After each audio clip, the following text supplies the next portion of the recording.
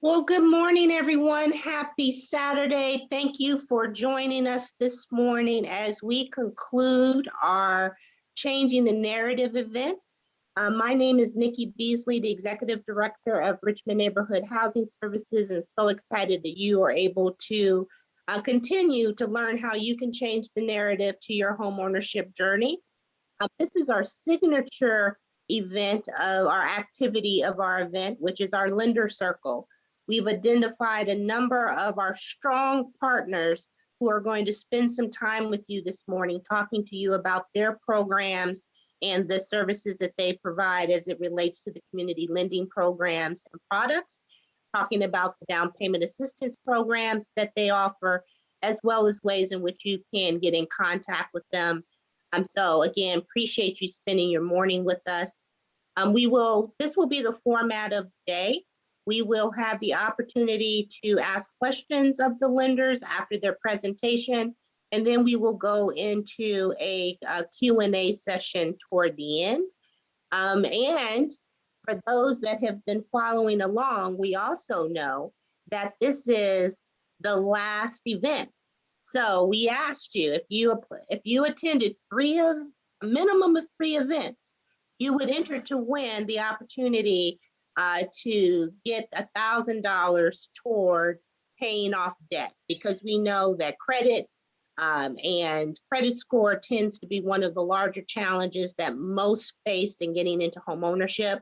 Last year, we gave away $750 to a lucky winner.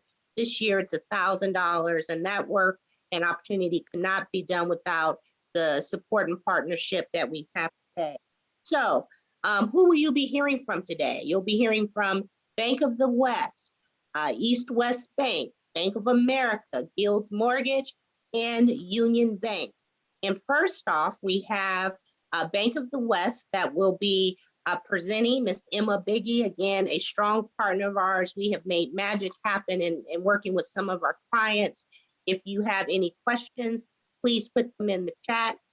So we do want to maximize your time and not keep you here all day. So we're going to jump right into it. So again, welcome, Emma. It is all yours.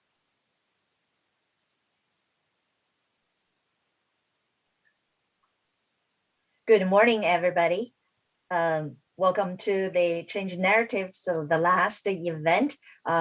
We are, as a panelist, be honored to join this signature annual event and really provide the information to help people achieve the home ownership and also achieve the personal wealth build in the future. For saying that, let's dive in. I'm going to share my computer. Thank you. Envy is to give you can see the slides, right? Yes. Thank you very much for giving me the nod. So Bank of the West, I know a lot of people see the Bank of the West either is a branch location at the locations or also some of the signs on the advertisement. Bank of the West is the regional bank. On the first page, you can see 2 persons there. One is me, the other person is our area managers for the Oakland East Bay area in charge of a home lending. So let's see.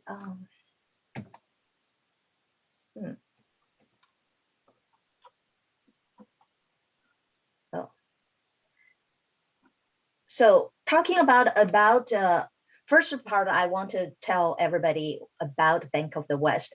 Bank of the West is a financial service company headquartered in San Francisco with about 98 million in asset as of March 2021.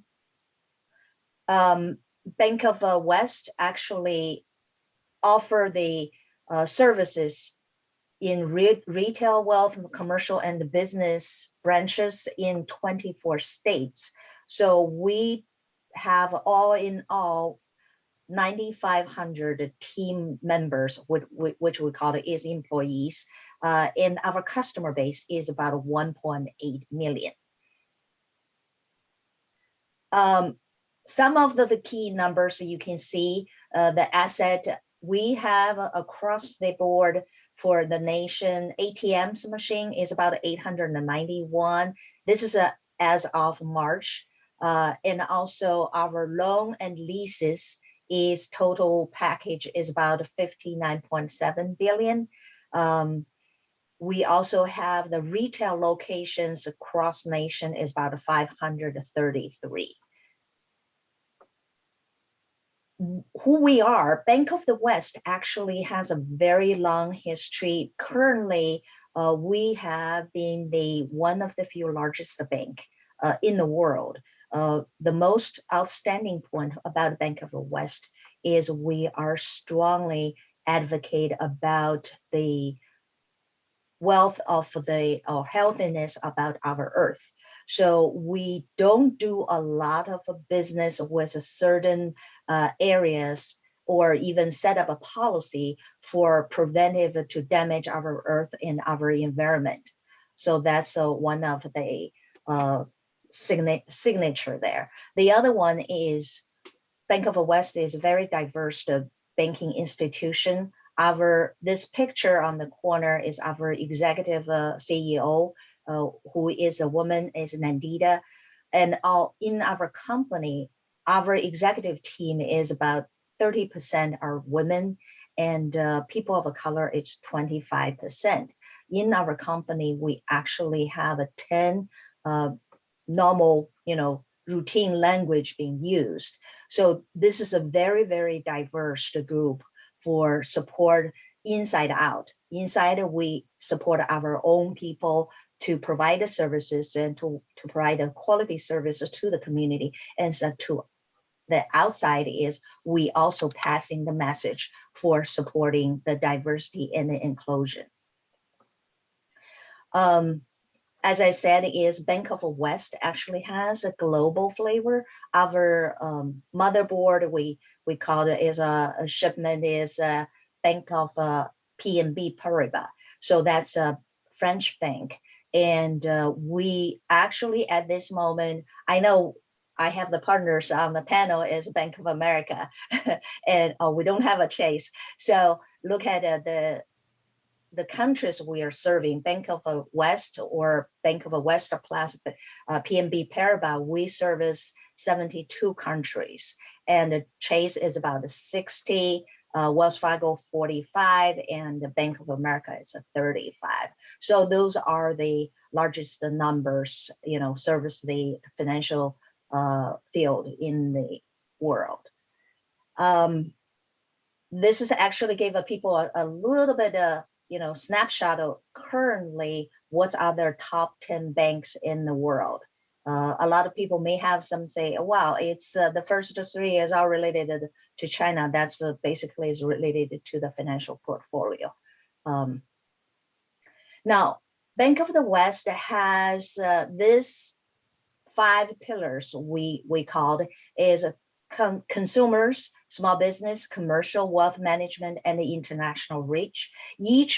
Under each pillar, we have a categories to provide the services covered a multiple field and a very large range to give the services to the community. Just to mention a couple which is involved our community, for example, consumer, the regular checking, saving, that's a banking side. We also have the recreation loans and the mortgages and the home HELOCs. That's considered is a home lending, which is the main theme for this particular event. Talking about small business, we're lending to the small businesses the banking management, the commercial real estate, and also agriculture and the equipment. So those are in our portfolio. Of course, money management, that will be a major topic too, because that's related to our personal wealth health. Now, that's what we say. We know who we are, what we can do for this group, which is specifically focusing on home ownership and affordable housing. Our advantage is, or consider competitive advantage is we are different layers, provided different layers, services and a product to the different variety people's need. For first-time home buyers, I listed a couple of here. For home-ready loans, which is the Fannie Mae, or we call the conforming first-time home buyers program. FHA loans majorly service the people may have a certain special needs related to the credit history. And then VA loans, USDA loans, those type of loans are servicing a very special area, special region, and special need. So we have a quite a large spectrum for provided the product and the service.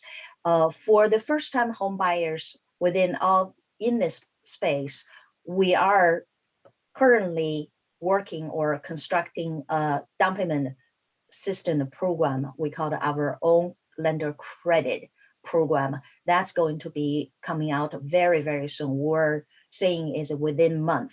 That will provide the first-time home buyers a grant for the down payment and also closing cost. Because we haven't released the program officially, I won't talk about the detail, but I can just put the words on the table. Everybody be aware we're going to be launch that program very, very soon. The other competitive advantage, this is a more into different areas for different needs and different wants. So you can see we can do a very large loans for 2.5 million, 80-10-10. A lot of people, this is a more technical jargon here. 80-10-10 is 80% of a first mortgage. The 10% is a small loan, the lender piggyback, and the 10% the home buyers come in to invest for the purchase. And also we considering to take advantage of a lot of institutions don't do the non-warrantable condos, which is we are doing those type of loans. And also non-owner occupied, the jumbo product that's considered if somebody interested to do the future investment. So that's all what we have here. I know this slide is going to be shared among the participant and also to the people really interested and connected with Richmond Housing Services. I'm open to receive any phone calls and inquiries, what we do, what we can offer, what we can help. Talking about help, this is our lending team on the ground. All these officers are their day in, day out job is to helping the consumers to achieve homeownership. You can reach out to any of them and they will tell you, work with you about the solutions, how we can go from A to Z, achieve that goal. So with that said, that's concluded my 5 minutes presentation. If anybody have a questions, please let me know. Thank you, Emma. And I'm going to say you are way too modest. So while people are thinking through their questions about the Bank of the West product, let me start in asking, what are some of your more popular more popular community lending program, as you are very familiar with the type of clients that we serve, that you could offer as far as some of the features, whether it's the credit score, the minimum down payment requirements. Can you talk a little bit more about the specifics around the programs that you offer for first-time home buyers? Yes, I can summarize is basically our community, we call it community lending of first-time home buyers. We are within the agency or conforming field. So the credit score can be 620 and down payment is 3%. So with those two criteria and also debt to income ratio, that we can tolerate up to 50%. So with that said, just a simple benchmark there, if you feel well, this is something we can definitely do. That's something we can do to you too. And knowing that you are working on your internal program, what down payment programs are you currently accepting for any of the first-time home buyer lending products that you have that are local in local markets? Yes, we actually, besides what we're working on our own, we work with pretty much all the down payment assistance program on the ground in the public place. Just to name a few, especially in the East Bay area, AC Boost, the CHDC, the Lift, and the Wish. Those are quite a popular program. A lot of the consumer already know the program. We can work with those programs. And besides, on our underwriting side, we do not have the lender lay over, so we pretty much accept if we are going to run the automatic qualification system, and there's no extra conditions to be added. And one thing I know that we've found attractive about your program, can you talk a little bit about the non-borrower qualification, that if someone is living with someone that can help them toward income qualification, but not necessarily going to be the borrower? Yes, that's specifically is the Home Ready feature, is if the family has people live together, but they may not need to be the borrower, we still can consider their income as a compensation factor for approved loan, because we know those family members actually contribute to the house expenses. So that's one of the outstanding features we actually adopted to really help the people to qualify for the program. Fantastic. And do you guys look at alternative credit if people are not yet established with credit or don't have enough trade lines? Do you look at alternative credit?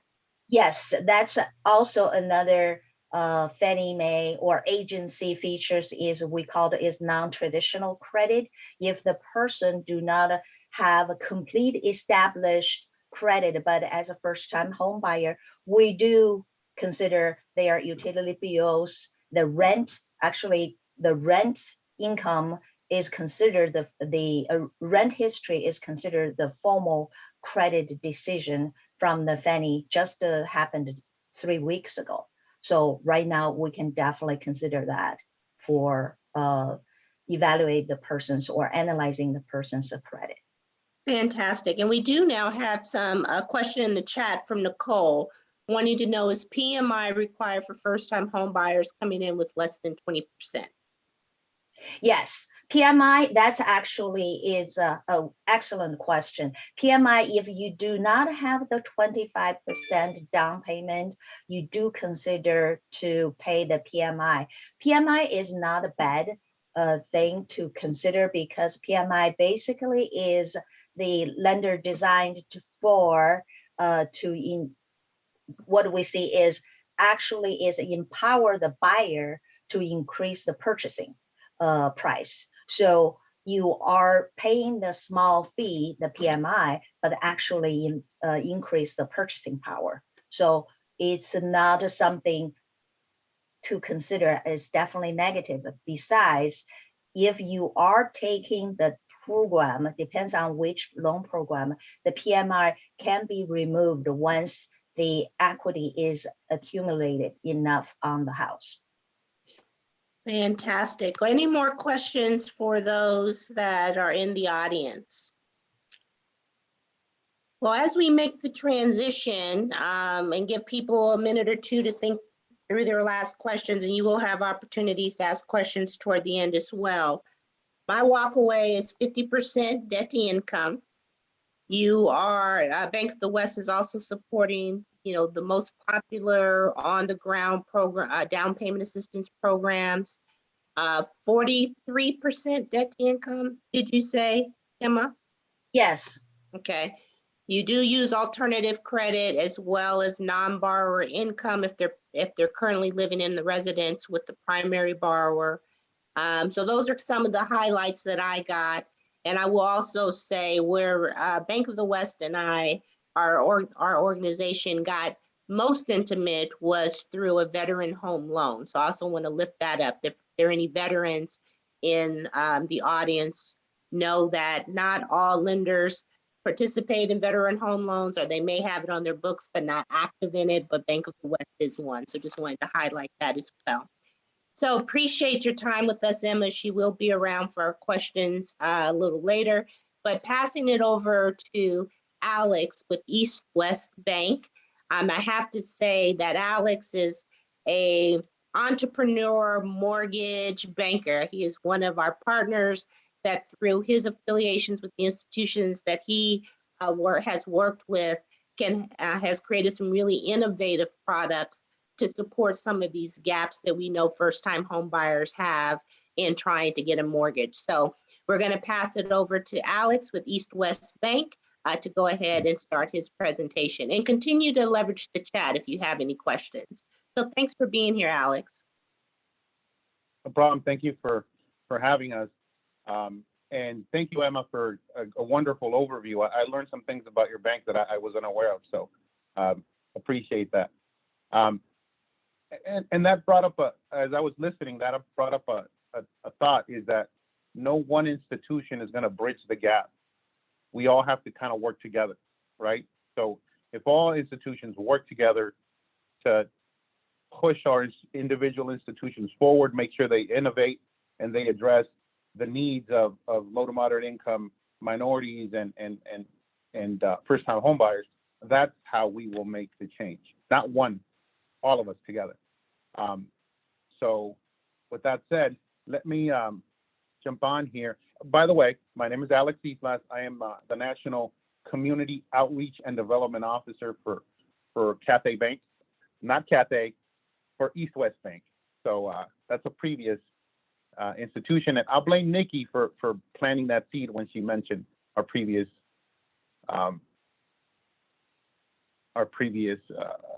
here. So let me try and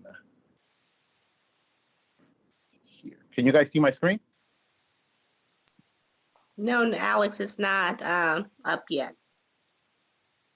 Okay. Let's see here. Share screen. Here. Looks like it's loading now.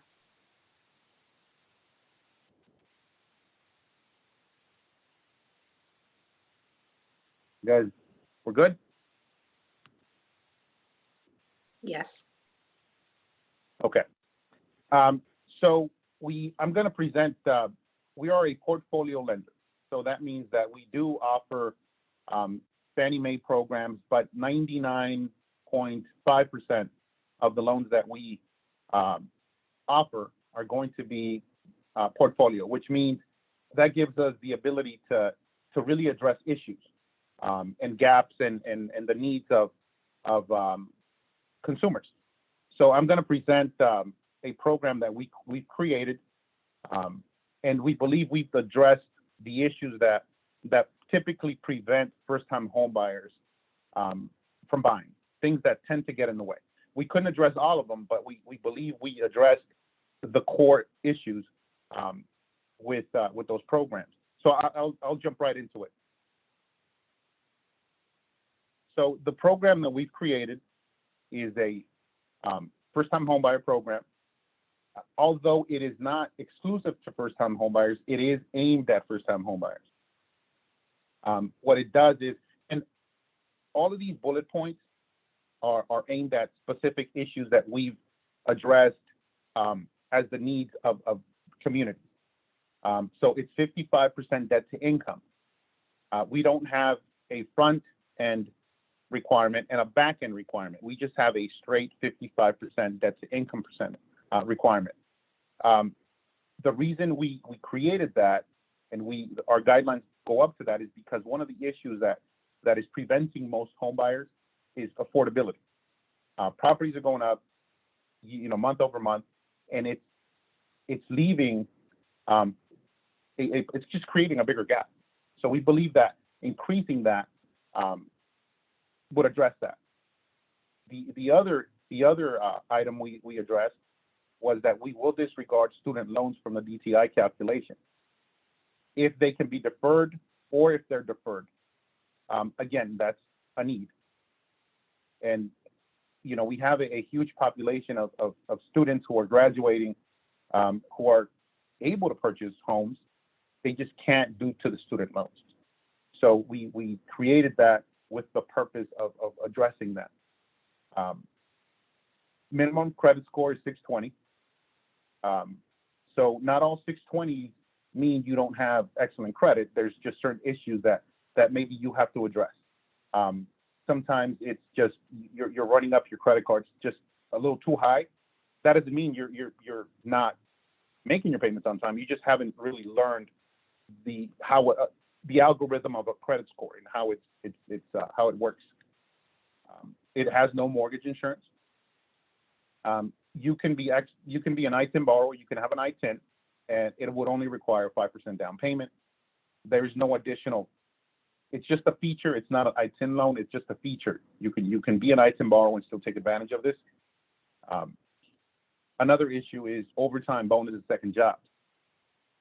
You have people that, for whatever reason, they just don't have a 2-year history of receiving these things. That is another issue that we identified as something that tended to get in the way. They have a year and 8 months, a year and a half, but because they don't have a full 2-year history, then they can't use that income. So we believe we've addressed that. The other part, we took it from the Fannie Home Ready, is the border income. If we can document that there's income, there's people in the home that are contributing towards the payment of a rent, and we can document it, then we will use a percentage of that as additional income to qualify. I think that is key. You have households where they have no issue being able to afford the mortgage payment. It's just a tracking issue or a reporting issue. So we want to address that. This program, it's 1 or 2 units. It doesn't go up to high balance. You can go up to, on a single family, you can purchase up to $822,000. That's with 5% down. You can do a 2-unit with 5% down and go up to $1,053,000. If you want to do 3% down payment, the max loan amount is $548,250. It does require 1% minimum borrower contribution, and we can layer it with, thanks to Nikki, we can layer it to AC Boost. We also have Wish, and we can use it with Lyft as well. So I kind of went right to it. I thought I'd make it targeted because it's, I believe that we created a product to address the issues. I'm a big believer in making sure that we take our individual, we put our individual organizations and we take them a task and we ensure that they really move forward and innovate. Otherwise, it's just going to be continuous, same thing over and over again. So I'm kind of done, Nikki. Okay, well, I just through this week, I have just been so pleasantly reminded of our network and the people that support us to get the work done. And with you speaking about the portfolio product, so for the audience, what that means is this is East West Bank's money. They're not selling these loans, so they can get real creative, because when it's your money, you can do what you want with it. So I think it speaks to Alex's point earlier, where you can identify where some opportunities are to find some solutions, and I think this product has. So while people are thinking through their questions, I have a couple of questions to get things started. So on the 2-unit, I'm assuming duplex, no? Did you duplex, correct, when you say 2 units? Yeah, we do. Okay. We do it. So from a borrower's perspective, could it be it would be two borrowers, let's say, on the two units. Do you do what we would consider fractured financing, where one borrower owns unit one and the second borrower owns unit two, or is this all the two borrowers are owning both units? It would be the two borrowers owning both units. Okay. The beauty of this is because many have, through our pre-purchase workshops, are already thinking steps ahead about multifamily. So in theory, that would mean each borrower would have to come in with about 2.5%, making that 5% number. And in some areas, a duplex with two incomes could possibly be more affordable than one person trying to find a single family home. I think that's awesome. And then also lifting up the 1% contribution. Could that be part of the down payment, or is that the physical cash that the individual has to come out of pocket with? Well, you can, depending on the borrower's financial institution, we may not need that 1%. But the reason we did that 1% is because our aim is to layer it with financing, layered financing, down payment assistance, and most of them tend to require the 1%. So the program, if they don't use any down payment assistance, they could technically come in with it could all be gifts. I'm not. So we tried to follow the DAP guidelines, because although our program goes up to 55%, we have to defer to the down payment assistance programs, and that's why programs like LIFT are wonderful, because they don't have a cap. But got it. Well, thank you for those clarifications, and just want to remind our Facebook audience, if you have questions, please ask your questions on Facebook. We're monitoring those activities as well. We do have a question in the chat from Pamela, a more general question, not specific to the loan product, but I'm sure Alex, you can answer. What is the difference between a pre-qualification and pre-approval? Which one is more advantageous to the buyer during the purchasing process? Well, it's always more advantageous if you can get a pre-approval.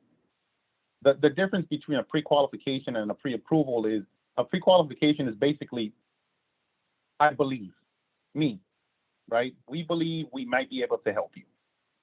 That would be a pre-qualification. A pre-approval is, we believe, based on the information you provided, and we verified that we should be able to help you as long as you meet this criteria. So it's kind of you should always get a pre-approval if you can, because a pre-qualification more or less is just somebody's opinion that they can help you, versus verified, received documentation that we've confirmed what you've told us is actual. Thank you for that. And those that have attended our pre-purchase workshop, the way that we remind everyone, pre-qualification, much like Alex's points, just a conversation. You've told me what income you have, what you think your credit score is. There's been no exchange of documentation. And when you're going through a pre-approval, that means you've provided pay stubs, they've run your credit, and they're actually assessing the information. So there is a difference.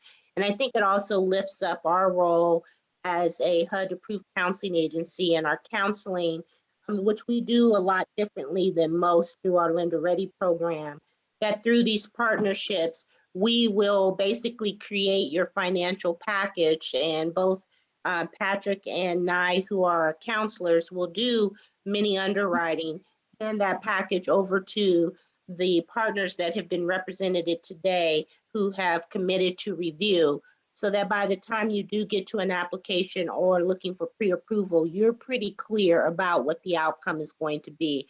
So it does save you a step from shopping bank to bank. And for those that attended the down payment assistance session that we had earlier this week, Susanna, when you come on board, I'm going to ask you how a pre-approval can impact one's credit score versus a pre-qualification, and the time frame that one might look at if they're wanting a pre-approval. So thank you, Alex. Any more questions? Had another had one other question, it looks like, Alex. Yes. Let's see. If the lender has reviewed your preliminary paperwork and finds you qualify for a home, what happens during the underwriting process? What are red flags to the underwriter? Well, red flags are going to be anything that's changed since you were fully pre-approved. So if you came in and even if it's a positive change, it's still something that we need to address. So let's say you came in and you were working at XYZ and now you're working at ABC. Then we have to address it. That would be a red flag, right? Another red flag is we initially believed you were gonna, so any changes, right? So when you qualify for or pre-approved for a mortgage, we're gonna look at your income, your assets, your credit. And if there's a major change in any of those, the bank's gonna wanna know why. So income and assets and debt. So as long as you wanna maintain those the same. If there's changes in those, then we're gonna have to address them. Red flags would be large deposits into your bank account, cash deposits. All of a sudden your credit card balance went up by 10,000, but then you have a large deposit in your bank. Now we have to kind of explain all those issues. So just stay away from major fluctuations in when it comes to not income, we want to see it high, but when it comes to acquiring debt and also assets. And so I would probably add to that as well, again, in our pre-purchase workshop, we know that communication is the strength to a relationship. So as you are possibly seeing changes, as Alex has mentioned, is you definitely want to get your lender involved and possibly even strategize before you go out and do something. But I think would you agree, Alex, the worst thing that could happen is you have no idea and then something pops up and then you have to backtrack. So it's always better for your client to be able to share what they're doing and why the things are happening that you may see that quote unquote be a red flag. Would you agree? I totally agree, because what happens is you start, the thing about lending is that I'm a big believer in lending isn't hard. It's not difficult.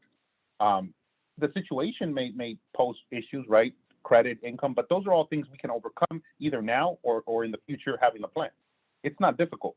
What's difficult is trying to, if there's no communication, and I mean honest communication, with whoever's doing your loan, that is what complicates it. Because sometimes the answers are easy. The explanation is easy. We see a $15,000 deposit in your account. If we have no explanation, the underwriter is going to go crazy, right? Underwriter is going to assume all kinds of different things. But if before you make that deposit, you reach out to your loan officer and you say, listen, I have a $15,000 deposit that's coming in. Then at that point, your loan officer is going to put on their consultant hat and guide you through how it could be done, what it should be done, should you not do it, why. So they should be able to gather all that data and put you in a position to succeed. But it's all about communication, right? I have I hate to bring my kids in, I have a huge gap with my kids, but I have a 21-year-old, right? So if he's out and about and he's not communicating with me as to where he's at, then what's going to happen is I've been there, done that. So I start. Right. So if mine starts out and he's not communicating with me as to where he's at, then it's all about communication. I've been there, done that. So I start. And Alex, you got a little background noise there. So I appreciate those comments. We're going to move on if there's nothing else in the chat. Our next presenter is Bank of America, another strong partner of ours. Mitch will be doing a presentation and sharing a little bit about his role and how he works with us here at RNHS, and also another strong partner because they have some nuances as far as the financial support that they're able to provide their borrowers in-house. So Mitch, if you're ready, we can go ahead and get your presentation up. Yep, I'm ready. I'm trying to share my screen here.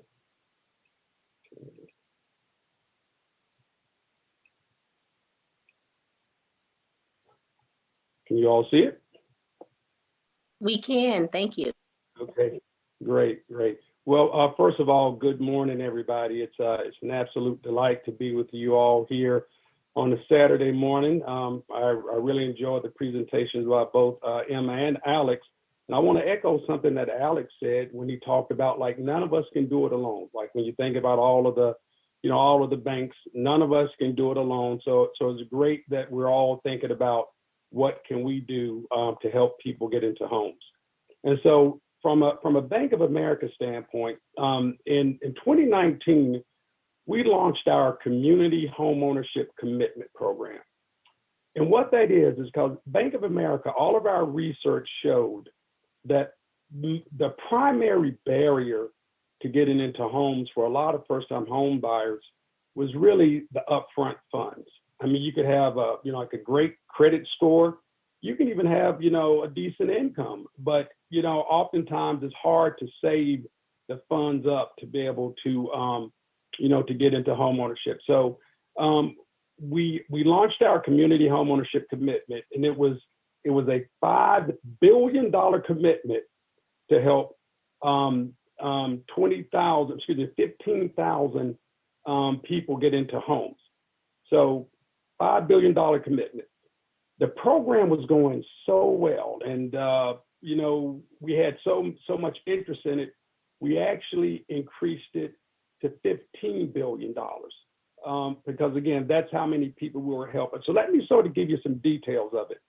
The program has two components. The first component of that Community Homeownership Commitment is a down payment grant. And this is a grant. You don't have to pay it back. And so basically, you can get $10,000 or 3% of the purchase price towards your down payment. Now, the beauty of this is that you can use Bank of America's $10,000.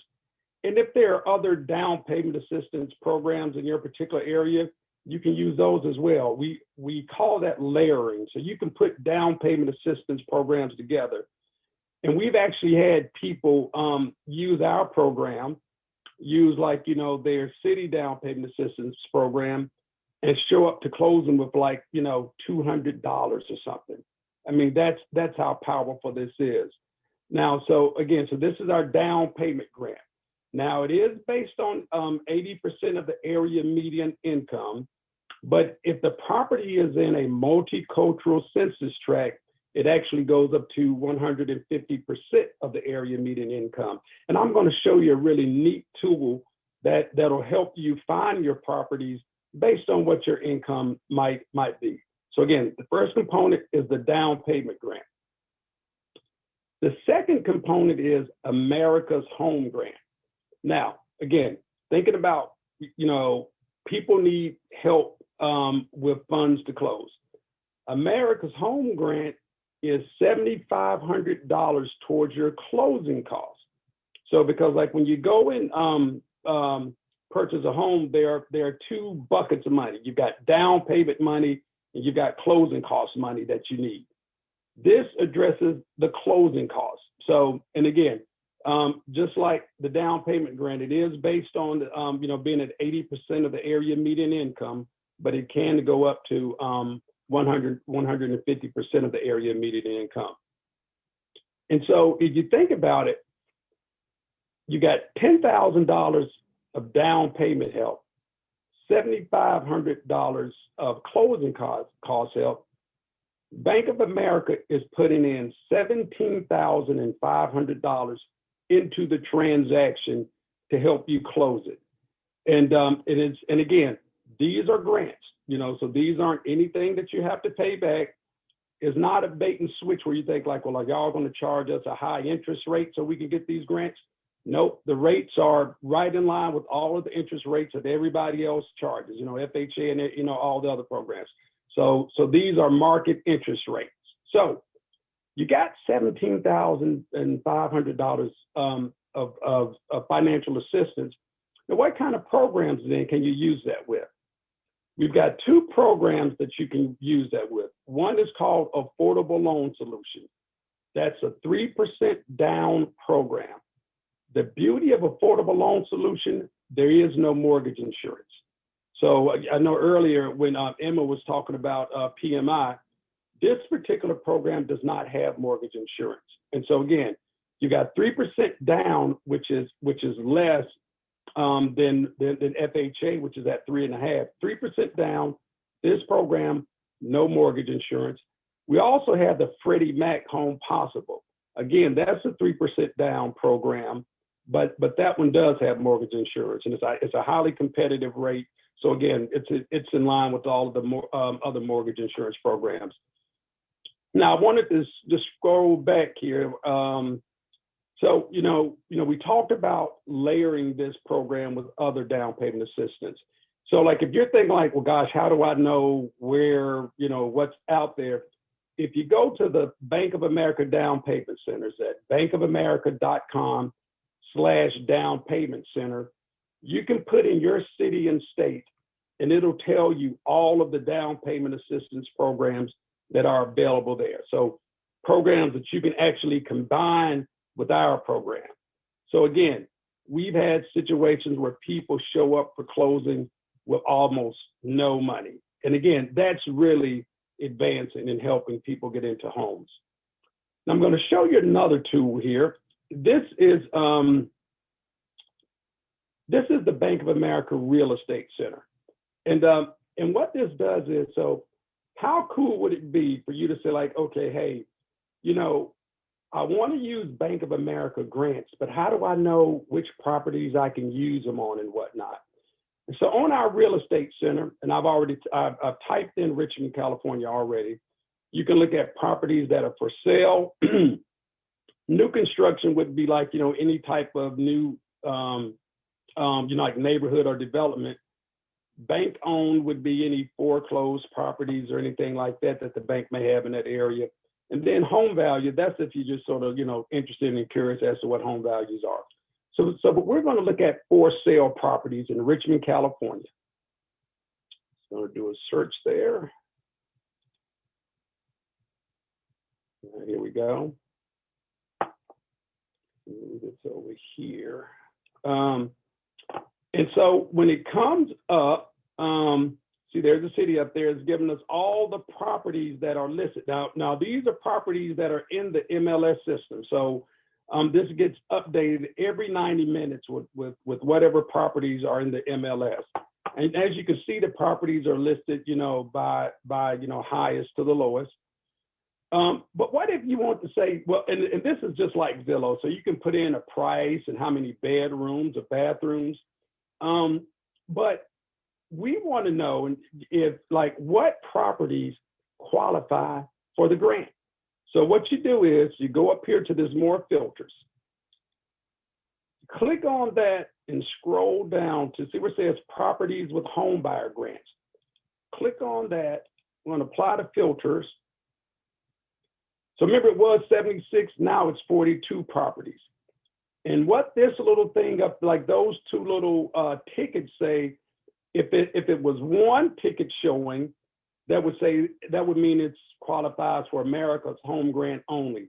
If it's two tickets showing like this one, it qualifies for both America's Home Grant, which is the closing cost grant, and down payment grant. And this is a property, $929,000, almost $1 million, that qualifies for the grants.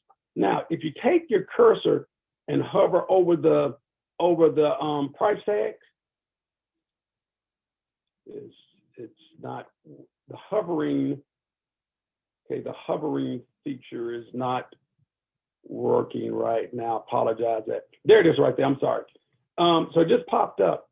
What the hovering feature shows is the income limit. So if you see on this $929,000 property, $929,000 property, it's saying you could make up to $178,000 and qualify for those two grants. So if you think about it now, $178,000, that's a good deal of money, from an income standpoint. Like a lot of times when people say, 80% of the area median income, or, like when they say like there's some income requirements, people think that you have to make just very little. And as you can see here in this case, it's not. I mean, this is really to address, lots of first-time home buyers, whether you be in a, lower income or moderate income. So I think I'm getting short on time here. I'm going to just pull this over. And This is Mitch, my if- contact information. Yeah, Mitch, if we could maybe spend a minute or two, the screens that you were showing as far as your search engine, we weren't able to see, only able to see your presentation. So I don't know if you had. Oh, really? Okay, didn't Yeah. come in? No. So I don't know if you were Huh. using Safari or Chrome on the back end, but we weren't seeing me it. try this. I'm sorry, I didn't realize that, Nikki. No, that's Let okay. me try it again.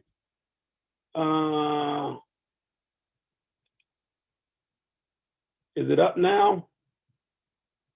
Yes, it is. I'm so sorry. I wish somebody had pinged me to tell me that beforehand. No worries. I'm just gonna, so this is, and I won't go back over it again. Just go to We got time. realestateCenter.bankofamerica.com. We got time. People excited time? about it. Okay, Yeah, good. go ahead. Okay, so this is the Bank of America Real Estate Center. And if you're looking for a home, just go to for sale, click, and I've already typed in Richmond, California. So let's say we're looking in Richmond, California. Just going to click on search here. It's bringing it up.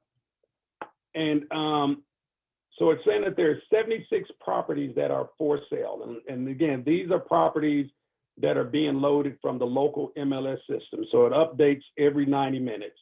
And it's based on, the highest valued or highest priced properties are listed first. It just, scrolls all the way down. Over here is a map. And so like if there's a certain part of the city that you want to live in, you can sort of click on the map to find out, hey, what's available in this part of the city. You can sort it by purchase price, the number of bedrooms, baths, all the stuff that you would normally see like on Zillow. But the neat thing that I want to show you is that, we're talking about how do you know if a property that you're interested in qualifies for the Bank of America closing costs and down payment grants. So you go up here to where it says more filters, just click on that, scroll down, and where it says properties with home buyer grants and closing costs. So I'm going to click on that and apply. Now remember, it was 76 properties. Now it's saying it's down to 42. And it's saying that there are 42 properties in the Richmond area that the down payment and the closing cost grant, would qualify for. And these little things up here, these little tickets show you that. And I just click on up here. So and this sort of tells you what it is. Like one ticket says that America's Home Grant, it only qualifies for America's Home Grant. If it's two tickets, it qualifies for America's Home Grant and down payment grant. So $17,500. Now you may be wondering like, okay, wow, hey, I really like this property here, but since it is based on income, 80% of the area income, does my income, fit the qualifications? So take your mouse and just sort of hover over that, and it'll tell you what the income limit is. So it's saying for this particular property, you can make $178,000 and still qualify for the down payment and closing cost grant.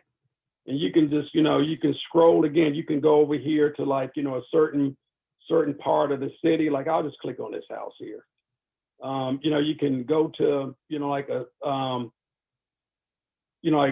this particular house, and it gives you all the information, whatnot. So, I mean, just lots of good information. But again, looking for those two tags is showing you these properties qualify for Bank of America's grant. So when you're looking for a house, if you know that you need some down payment or closing cost assistance, you really need to come here because it's going to save you a lot of time. It's going to save your real estate agent a lot of time as well.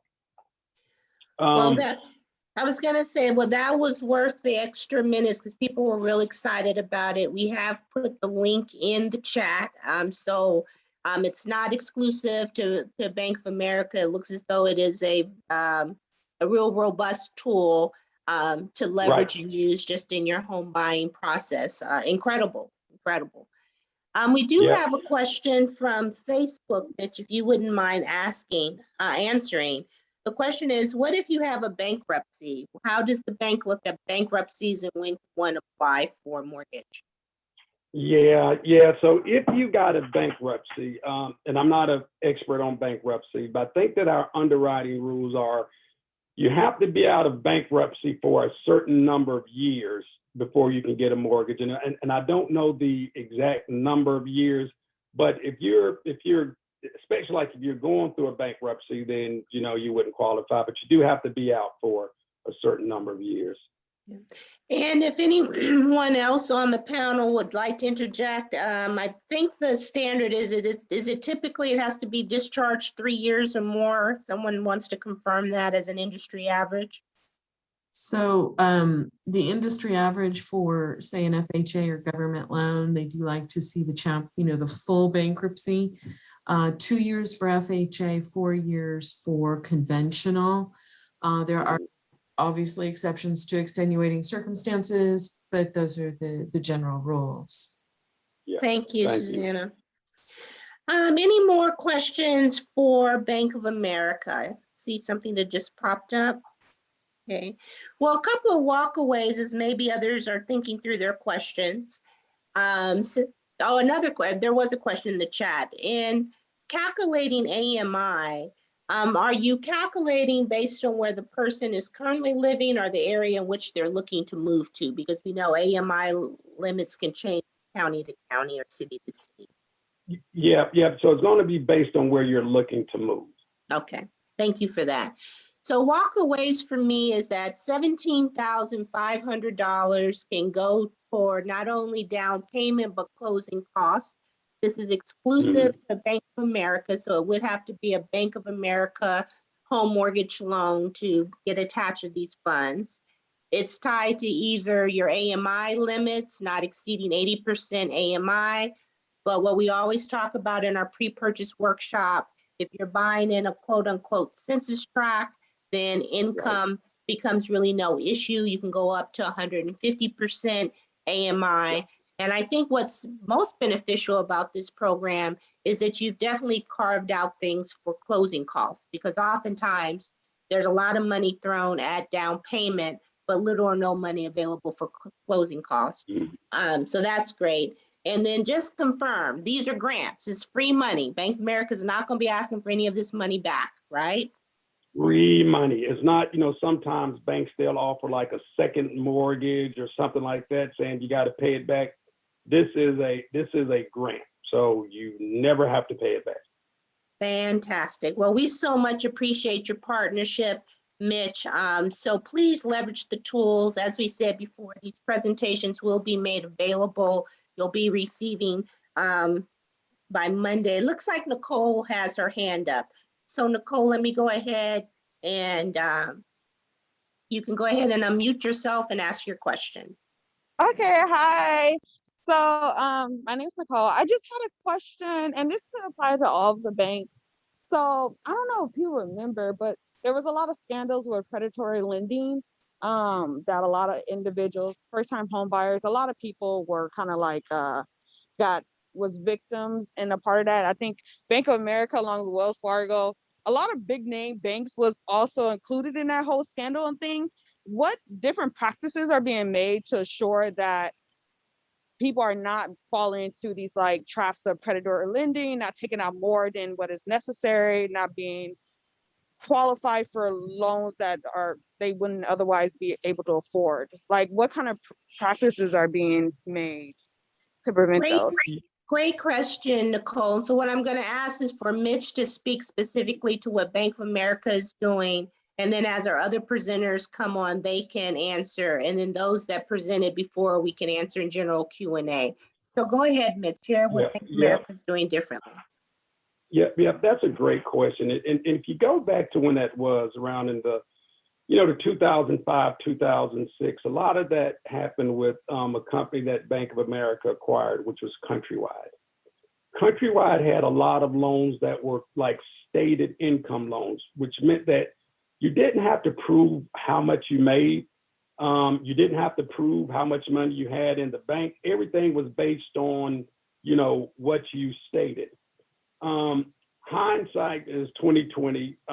Those loans really, really did not work out well. And because of that, there have been lots of legislation to make sure that, none of that stuff ever happens again. And so that's why with Bank of America, our loans, you have to qualify based on documented material, your income, your assets, how long you've been working, things of that nature.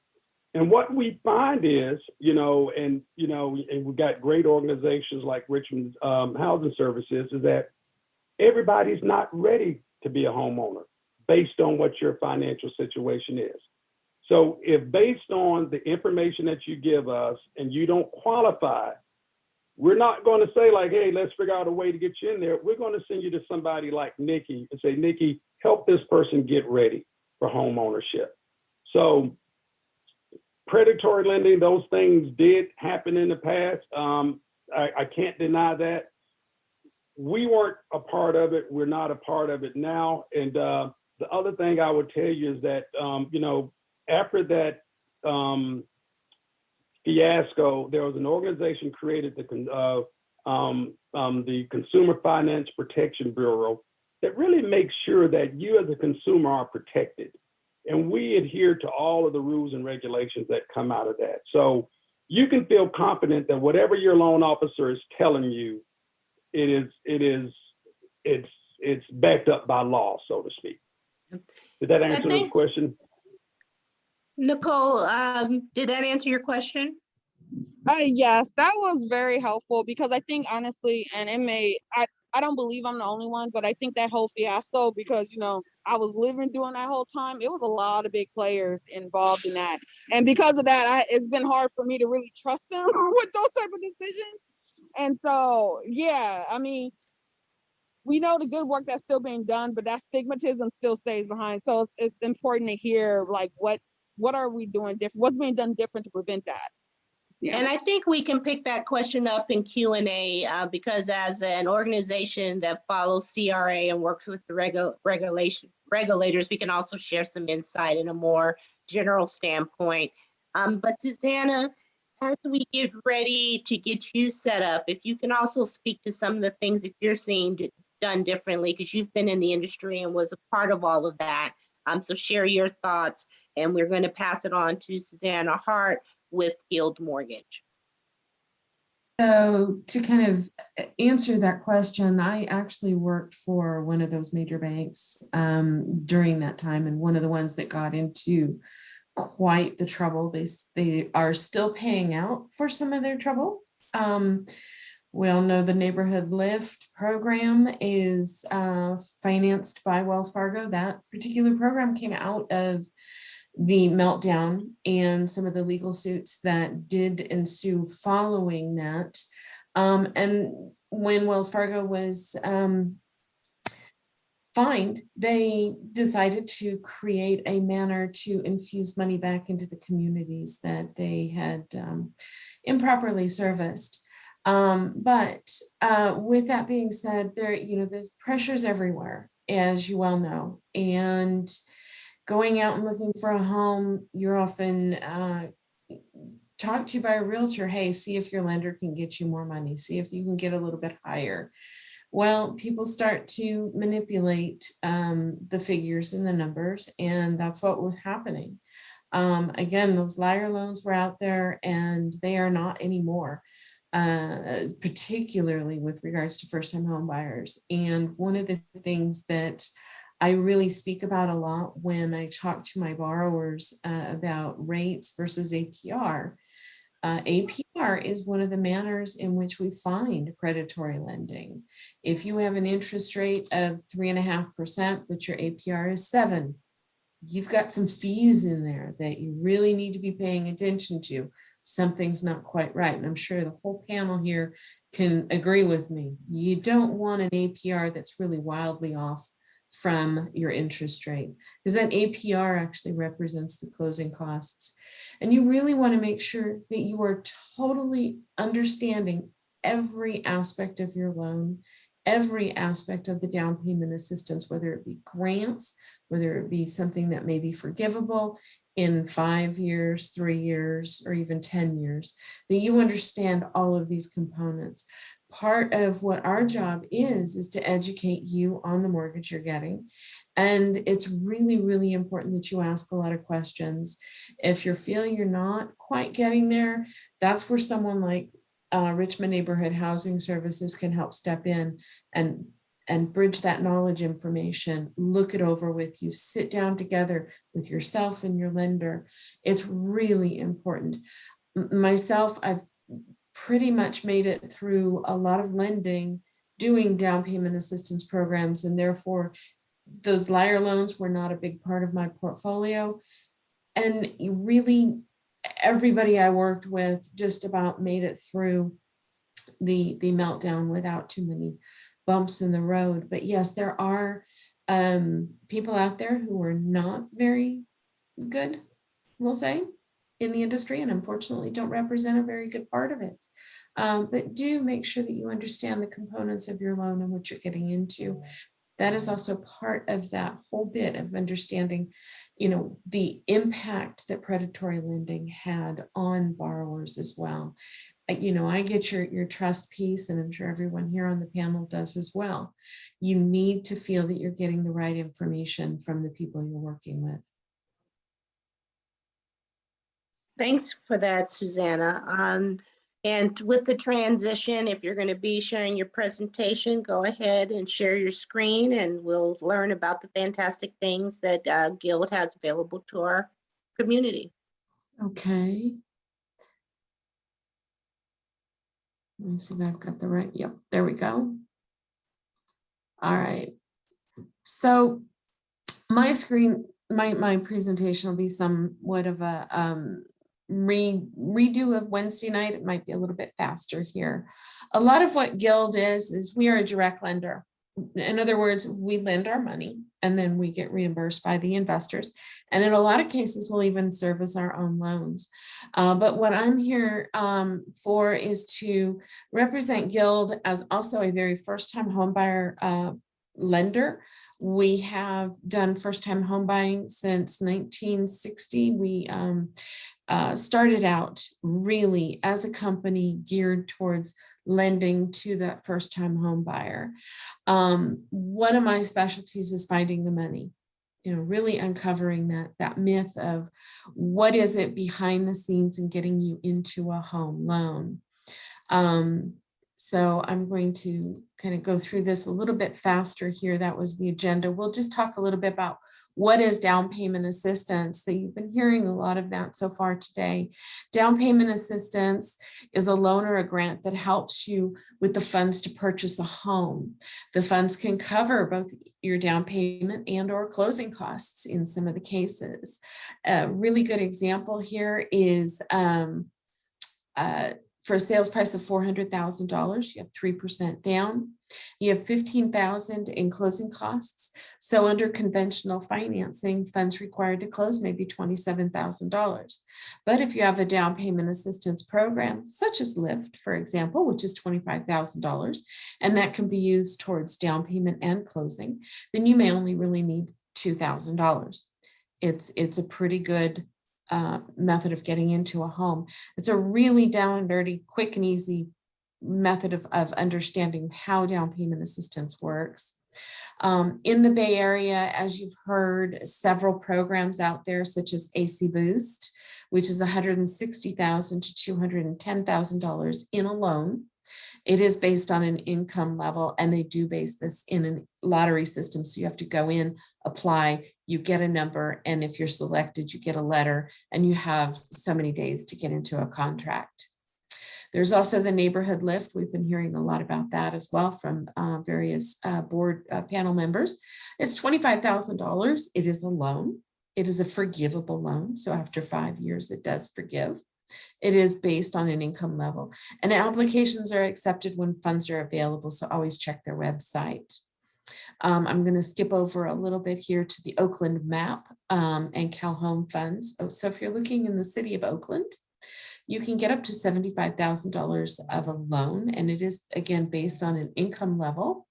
And they're currently out of funds and waiting replenishment. I haven't seen an email come out from the city of Oakland that they have any funds at this time. One of the things on my agenda here in the next month is to just sort of check in with them and see how they're doing. Their particular program is really strictly down payment. They'll only go up to 100% of the sales price. There's also the WISH funds. This is a matching program. For every $1 that you put into the transaction, WISH will put in $4 up to your $5,500. So you'll get $22,000 to match your monies. It is for the very low income. It is 80% of the area median income. And this too is a loan that becomes forgivable in 5 years. It can also be used for down payment and closing costs. There are also 2 state bond programs that I use a lot. One is known as CalHFA. They have an umbrella, and the most popular programs that they use are FHA and conventional. They'll also work with VA and USDA. And they're to purchase in the state of California. Their income levels are very high, and they're published on their website. So if you do want to check them out, I recommend you do so. They do have 2 programs. One is known as My Home and one is ZIP. My Home is for 3 to 3.5% towards down payment, depending on the program. And it's up to $15,000. That's their cap. And then zero interest rate program is used for closing costs only and is a percentage of your loan amount. Now, with this particular program, they set the interest rates. They also will set that rate based on the amount of assistance needed. So keep in mind that the more assistance you need, the higher the rate is going to be as well. So you need to kind of work with your loan agent to see, okay, what's the right mix? It's going to get you right into where you need to be. They do have the conforming and high balance limits available. So they will go all the way up to a loan amount of $822,375. The other state bond program there is the Golden State Finance Authority. Again, they have FHA and conventional. You can purchase in the state of California with assistance up to 7%, and it can be a combination of loans and grants, and that depends on the type of program that we're going to look at structuring you under, if it's going to be their platinum versus their open doors. They, however, do have a cap of the conventional conforming limit of the $548,250. So $548,250 is the maximum loan amount that you can go to on this specific program. Now, a good way of looking at this is what is the difference between a loan and a grant, because that is important to understand. A loan must be repaid. It may have an interest rate. So some of the programs that I talked about, the zero interest program has a 0% interest rate, which means the amount of money you borrow is the amount of money you pay back. My Home has a simple interest rate of 1%. So every year it will accrue $150 if you take out the full $15,000. And therefore, after so many years, you will pay back the principal of $15,000 plus that simple interest rate of $150 per year that you accrue. Some of these loans do have forgivable payment clauses, such as Lift and Wish. They're great programs, and they will disappear after 5 years. It's great. Lenders do need to factor the amount of the loan into the total financing allowed at the time of purchase. This is also known as a combined loan to value. So on a loan, when you're looking at these for down payment assistance, I can go up to 105% in many cases of the sales price. So for a $100,000 home, I can go up to $105,000 in loans to layer and get you into that home. You bring in your portion, but understand that you have now financed more than the value of the home. These may also have FICO and income levels and minimum contribution requirements. So each and every program are going to be facilitated slightly different. And the most conservative guideline is what we will take. So if one program has a minimum score of 640 and we're trying to combine it with a program with a 580 FICO requirement, keep in mind that 640 is going to rule. Then there are also grants. Grants, as Bank of America talked about with their particular program, this is money on the table. It is something you do not have to pay back. It is straight money to you for the purchase of the home. They may have FICO requirements and they may have income level and minimum borrower contribution requirements. So do keep that in mind. And these also may have tax consequences. So do check with your tax accountant because that is very important. I know in one particular program I work with, they do actually have a gift letter, and you do need to acknowledge that it is a gift to you for the purchase of the home. So do talk with your tax accountant if there's any tax consequences.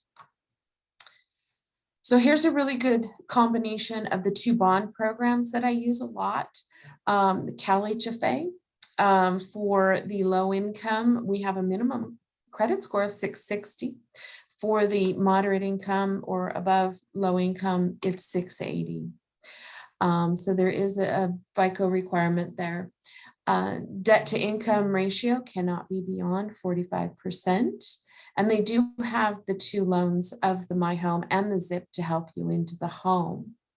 The My Home is 3% on a conventional, 3.5% on FHA, with a maximum cap again of $15,000. There's the zero interest rate program up to 3% of the loan amount, which will help you with closing costs only. So if you have a seller who's actually willing to pay closing costs right now, very rare, but it is there. I have seen it. And we've got all of the closing costs paid. You may have a better chance and a better payment if we don't have any closing cost assistance, because remember, there's that sliding scale for your interest rate. The more Cal HFA uses in down payment, the higher the interest rate. And their maximum first loan program, again, is $822,375. And the rates are set by the agency, and additional down payment may be allowed, such as the Lyft, Wish. Let's see what others. Those are the, City of Brentwood, if you happen to purchase in the City of Brentwood. The Golden State Finance Authority does have a minimum FICO score of 640 on a couple of the programs. They may go a little bit lower on one of them. FHA has no income level requirement, but conventional based on the county income requirements. The combination of loans and grants up to 7% of assistance with your debt to income not to exceed 45 in many cases. There are a few instances where you can go higher. And again, the max 250 and rates are set by agency, and again can be combined with stuff like Wish or some of the city programs depending on their requirements. Here's an example of how it would work. You'll see with Cal HFA with the $500,000 sales price, we have $15,000 down. The interest rate was 3.65 the day I did this. I believe it still is. And it shows you what your maximum payment or your mortgage payment would be. And with the assistance of $15,000 of My Home, the 3% ZIP, we've got $29,550. And the funds needed from you would be $450. That's a pretty extreme example. I come across this very closely a lot. And then there's also the GSFA. Here's an example with 500,000. Again, the rate that I chose that particular day was 4.375. It was a little bit on the higher side. And your contribution, when all is factored in, came to $15,540. Again, it may just be a matter of looking at what is going to work best for you. And how can we keep the payment at a more affordable spot? So the down payment assistance programs, when we're finding the money, may have some restrictions with regards to the type of property. Keep in mind, these are first-time home buyer programs, and they're looking at the fact that you've not owned a home before, at least in the last 3 years. So they really don't want to put you into a position where you may become a landlord or a multi-unit owner without any experience owning a home. So a lot of them are going to be single-family residents only, condos, townhomes, and manufactured homes. Golden State Finance Authority does have an exception to the rule where you can do a 2 to 4 unit. It's on their FHA only. And there is the accessory dwelling unit that CalHFA will allow as well. But keep in mind, when you're looking at some of these programs, you really have to dive deep in, find out, do these little bits and pieces work properly, because not everything is going to come together. Okay. And that's where your loan agent really needs to be up on this and informing you of how each and every one of these work. I know I've been in the business for a long time. One of the things that I do, there's a lot of programs out there. I will double check myself a lot and come back to people and say, that's a good question. Let me just double check it. So pros and cons of down payment assistance. Pro, well, you can finance a home with little to no down payment. You saw that example, $450 coming into the table. It is an affordable payment because of the restrictions. They're not going to allow you to go beyond a certain percentage of your income. And some loans do have forgivable terms, which means you get into a home using the LIFT program or WISH, and they may disappear after 5 years. Some programs have grants available. The Golden State Finance Authority does have grants available, which is wonderful. One of their programs has an income select where typically somebody else may have a loan. The income select for first responders is forgivable. It is a grant, money on the table. Cons, well, there are cons. Remember, the more you borrow, the higher the interest rate. Keep in mind, the higher the risk, the less money you put into the transaction. And in a lot of cases, these loans must be paid back. Unless you've got a grant, they got to be paid back somehow. And they may also have higher FICO scores. So keep that in mind. As you saw with CalHFA, depending on your income level, it had a slightly higher FICO score. And they're also very, very strict on your debt to income ratio. CalHFA is 45.000000, and you can't go beyond that. And some of these programs, such as WISH, may verify all household income for persons over 18. So that's pretty much my presentation in a nutshell. I know it's a lot of information, and feel free to reach out with questions if you've got them. Yes, Susanna, we do have them. And as I get them prepared, I want to share with the audience that we've heard a couple of different terms today. We've heard a portfolio loan, which Alex East West Bank, it's the bank's money. They can get real innovative with their loan product, and it stays on their books until those payments are completed. We had, Bank of America, Bank of the West, which are lender programs, which are typically backed by the GSEs, like Freddie and Fannie. And Susanna, you mentioned something called a direct lender. Can you talk a little bit more about that, what it means to be a direct lender and who your investors are? And then I'll jump into the question. Sure. So Guild is a direct lender, meaning that when we go to fund the loan, we're actually writing the check of our own money to start. Then we do sell the loans to the GSEs, Fannie, Freddie, and HUD. We also, as I mentioned, do work with a lot of the state programs, and so those will be sold to those state investors.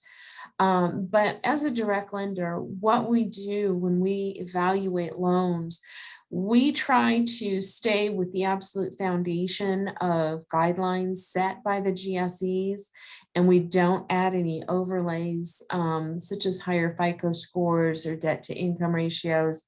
But the flip side with that, as you've seen and heard, Bank of America has their grant program. Emma at Bank of the West, they have programs where they'll use income in different manners because they're holding on to their notes and their servicing.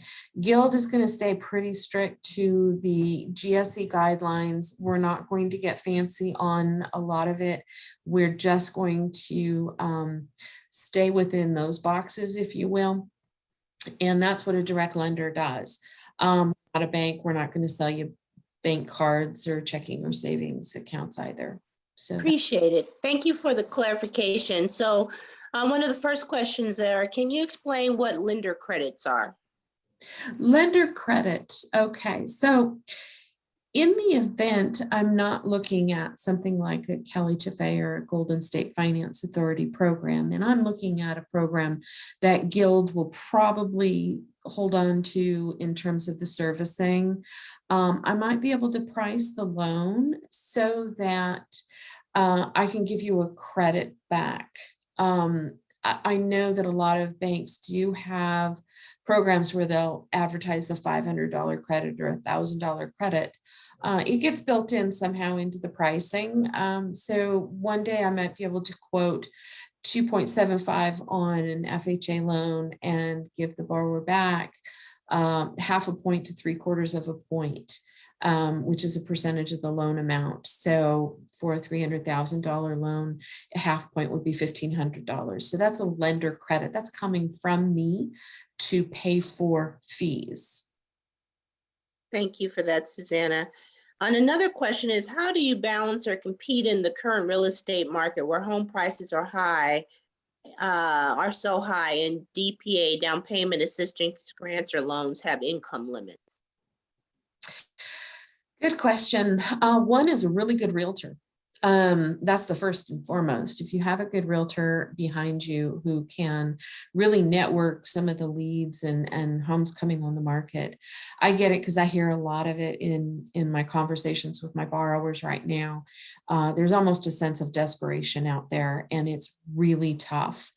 The second thing that I do to leverage your ability as a prospective homeowner into the property is to get you credit approved. Now we've heard about pre-approval and pre-qualification. So here's the next step, is to actually take your loan, no property attached, take all your financial information, submit it into my processing. The processing then sends it to the underwriter, and they don't just look at the loan. They look at it based on all of the criteria of our investors, and they say, yes, this is absolutely a loan we will do. Get me a property and go in to that offer, non-contingent on the loan aspect. A lot of these down payment assistance programs, AC Boost and Lyft right now, are requiring that you get screened for these programs first. So you come in with a letter to the lender that says, I have $25,000 for Lyft, and I have to get into contract by X number of days. And that's where I am able to help, is that we can get you in and against somebody else who's just been pre-approved, or even just worse yet, pre-qualified. So, and Latoya, in the Q&A, we might add something to that as far as uncoupling race and income, because the assumption is if you're making a lot of money, you don't need any help. And we know in many of our communities, our money doesn't look like others. So we can talk a little bit more about some of the limitations, which I think are unintended consequences of how these programs are designed to perform. Last question for you, Suzanne, and then we're going to turn it over to Anna V. From Union Bank. What is the preferred debt to income ratio from a lender's perspective? a preferred debt to income ratio. So in the investor guidelines, you will hear 28/36. So 28% of your income for a housing payment, 36 with housing plus all of your debts. The reality of it is lenders tend to look at 45% for your debt to income. And what that means is 45% of your gross income compared to the housing payment plus all of your debts that we're going to factor in. cannot exceed 45%. That's actually a very high percentage when you really paper it out. So really understand what that is. Now, some of these programs will go as high as 55%. And I have done some loans without down payment assistance programs where 67% was my debt to income ratio. To say it's preferred is kind of a misnomer. To say that the general rule is 28/36, the practice is 45 with many of these down payment programs really capping at that 45. And the reality of it is closer to that 45%. Thank you, Susanna. So we're going to hand it over now to Innovi, another great partner of ours with Union Bank. Pamela, I am going to resend you, so please take a look in the chat and answer to your question that was answered earlier. But thank you again, Susanna, and all of our partners. So it's all yours, Innovi. Thank you, Nikki. Hello, everybody. My name is Innovi Leach. I am a community loan officer with Union Bank. I have been in the mortgage business for about 18 years, and I love helping first-time home buyers. So let me pull up my presentation. It's just the flyers. It's just going to be one screen. So let's see.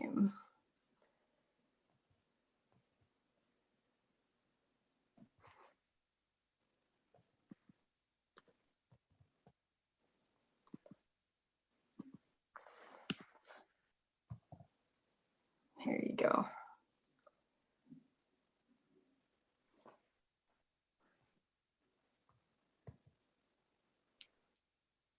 Oh, why am I not seeing it?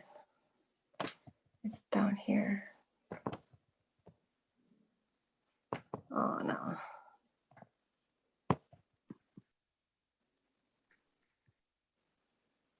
Oh, that's weird. Innovi, if you send it to me via email real quick, maybe I can get it up on the screen for you. Okay. And maybe you can just talk through the slide and I'll get it up as soon as I receive it. Mm.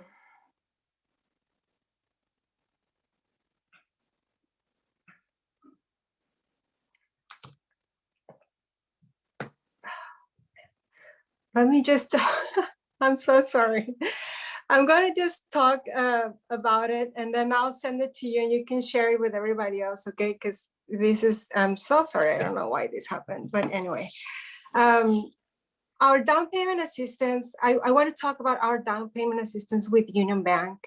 We have a grant that is $9,000 for first-time home buyers, and is $9,000 for high-priced counties like Alameda County and Contra Costa County, and other counties in Southern California.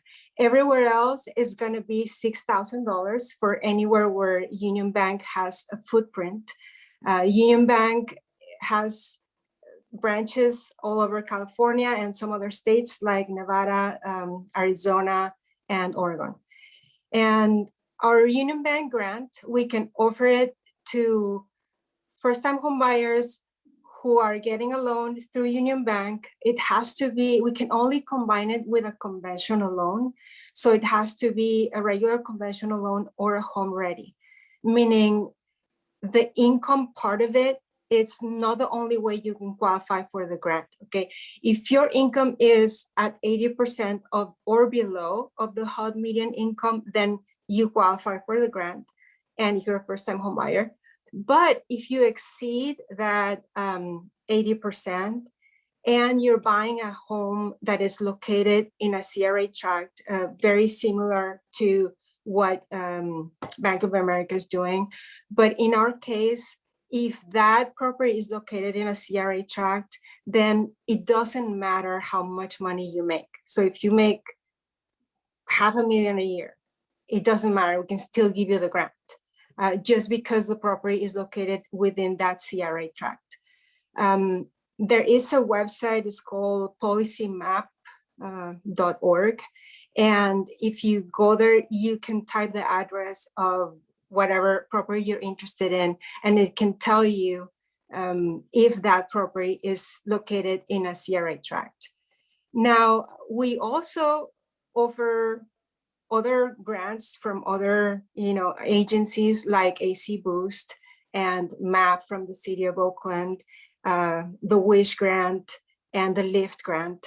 Right now, I have a client who is about to close on a home, and she is combining the LIFT grant with our Union Bank grant, and she's going to bring zero out of pocket.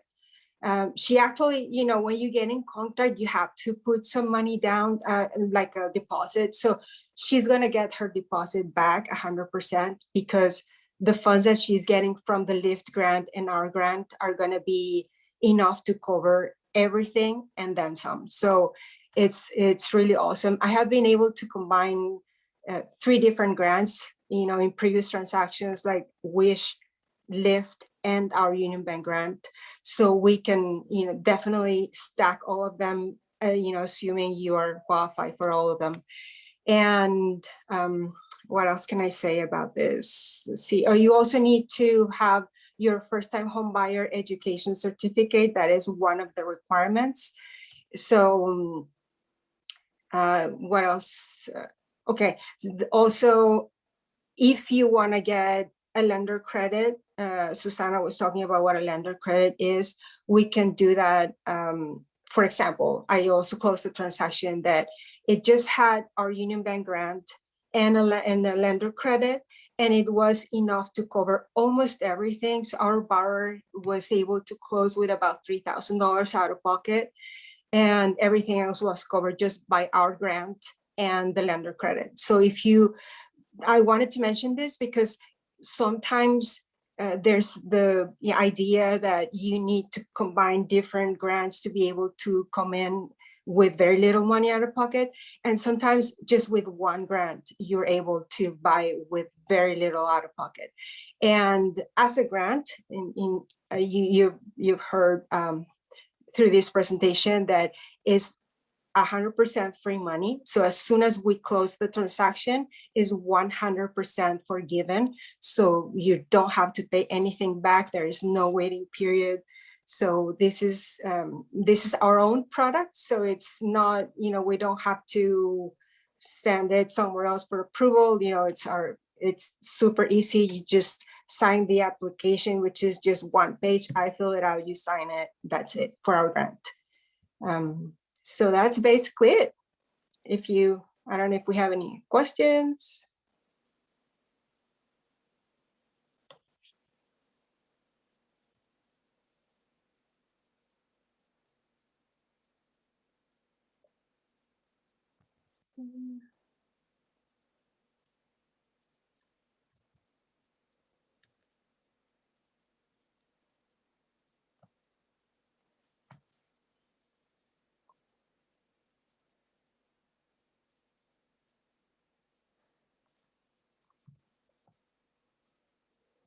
Nikki, you're muted.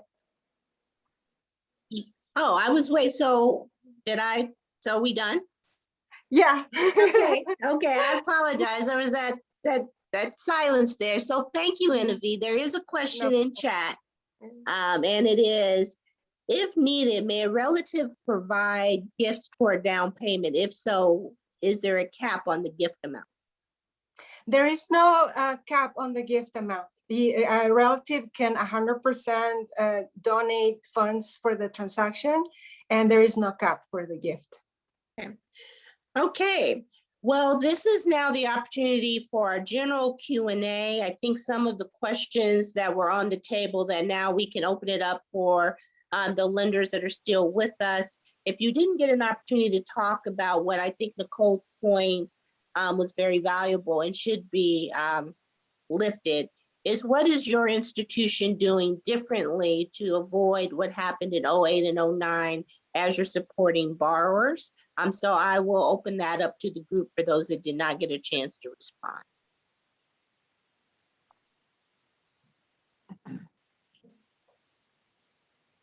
Well, this is Alex with East West. What our institution is doing is really, because we're a portfolio lender, so our issues were not, our bank really didn't go through the issues we had, but what we're doing to avoid those issues moving forward is really supporting education, because that's the key. Is there was a lot of stuff that happened, you know, like Susan mentioned, liar loans and things like that. But I really believe that it was the education piece that was also missing. I think that it was kind of like a moment in time where it just home buyer education really wasn't at the forefront. And because of that, now it is. But I think what happened is that people didn't really understand how down payment assistance works, right? They didn't understand what 100% financing means, how that differs. So in short, we really are supporting educational organizations, because I think that's key, is to ensure that people get that knowledge and they learn how to implement it. So that's what we're doing from East West. And I think, Alex, you bring up the point too, through now new regulation, disclosures, information, things that maybe a borrower wasn't getting in 08 and 09. Can any of you talk about some of the enhanced disclosures and the things that people should be looking for as they're going through this real estate transaction that might not have, you know, been disclosed back in 08 and 09?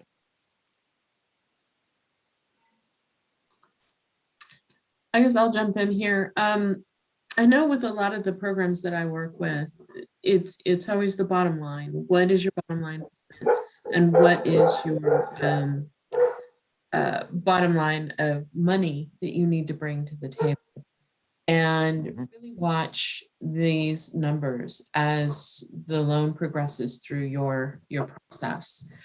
If you start out with a $5,000 cash to close, without communication from your loan agent, if for some reason something were to change, keep an eye on it. You want to make sure that this does not just suddenly change. These are on the new disclosures called the loan estimate. It takes place of the good faith estimate and the TILR, the truth in lending. It must be disclosed within 3 business days of you going into an application, a real application with the property and you. Although I like to make sure that I keep disclosing at least a cost sheet throughout the process while you're getting into contract.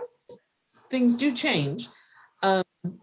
That when you get locked in, what an interest rate lock means, you know, that your interest rate is secure in the event the market moves.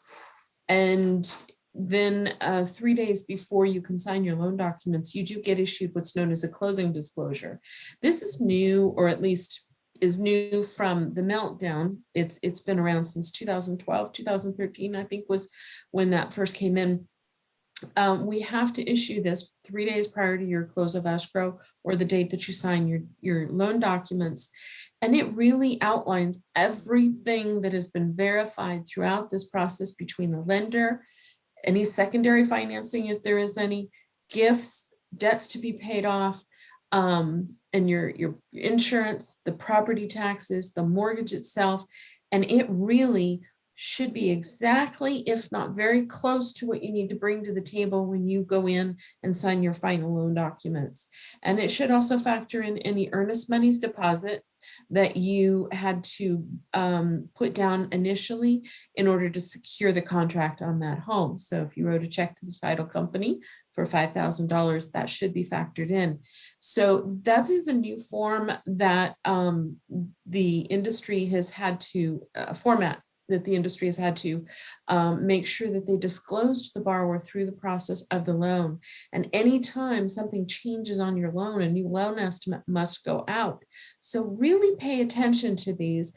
Part of the lender's job is to make sure that you get the documentation, but part of you as the consumer is to make sure you're watching it as well. Call your loan agent if you don't understand something that comes through. Thank you for that, Susanna. And before I get to the next question, NAV answered, but from your side of the room, Alex and Susanna, are there any limitations on grant giving, gifts from relatives and supporting one's ability to purchase? From us, no, Mhm. there is. If there is any limitation, more than likely it comes from a program, not necessarily, I'm not going to say across the board that it is, there's a limitation. Because I do work with different cities throughout the Bay Area, and some of the city programs may have a limitation. As a matter of fact, I do know of one. But again, for the general loan itself, Cal HFA, FHA, VA, no, there's no limitation on, and the conventional, with the first time home buyer program, there's no limitation for gift. And I think this segues into the next question, that there's different requirements for different programs. So your lender may not have an issue with it, but the down payment assistance program might, or vice versa. So on our YouTube channel, Susanna does a down payment assistance Money Matters session where she talks about not all things are complementary. So as you're trying to pull things together, it will be important to know who does what, because your lender may not have an issue with it, but because of the down payment program, it may.